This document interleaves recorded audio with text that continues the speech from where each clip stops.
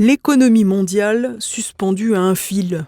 Après les reports successifs des ultimatums de Donald Trump pour finalement repousser ses attaques au 6 avril en cas d'impasse, le cours du pétrole s'est stabilisé peu en dessous des $100 le baril. Le trafic dans le détroit d'Ormuz n'a pourtant pas repris son rythme d'avant la guerre, mais une cinquantaine de navires jugés non hostiles par Téhéran passent quotidiennement ces derniers jours. Il s'agit principalement de pavillons chinois, indiens ou neutres dont les transactions sont honorées en yuan. Et ce relatif apaisement a tout du calme avant la tempête. Si l'on en croit les échanges de frappes, la guerre est loin d'être terminée.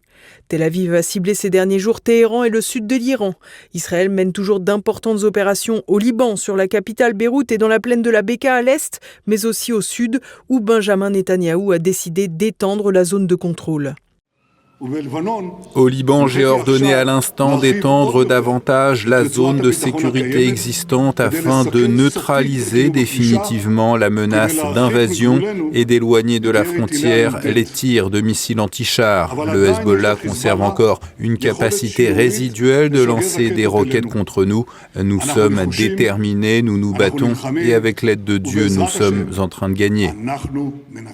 De nouvelles références religieuses qui laissent entendre que le Sud-Liban, au minimum, va connaître une véritable velléité d'annexion du Premier ministre israélien. Dans le même temps, les frappes américaines sur l'Iran ont quant à elles diminué, mais elles se poursuivent à un rythme réduit, évitant au moins jusqu'au 6 avril de frapper les centrales électriques.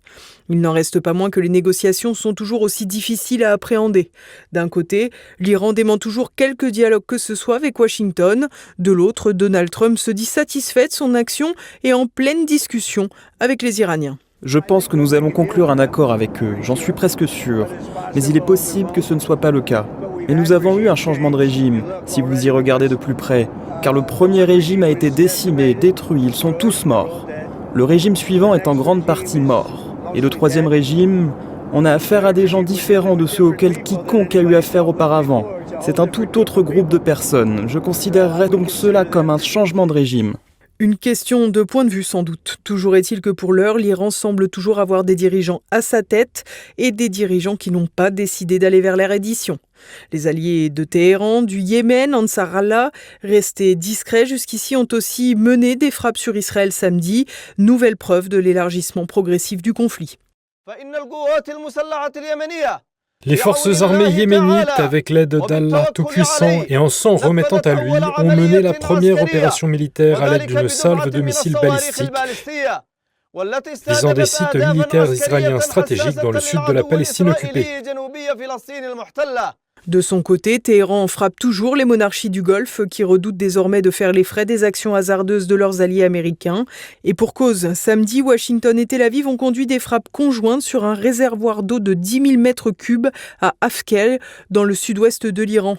Ces infrastructures hydrauliques distribuaient de l'eau à une trentaine de petits villages, soit entre 12 000 et 18 000 personnes.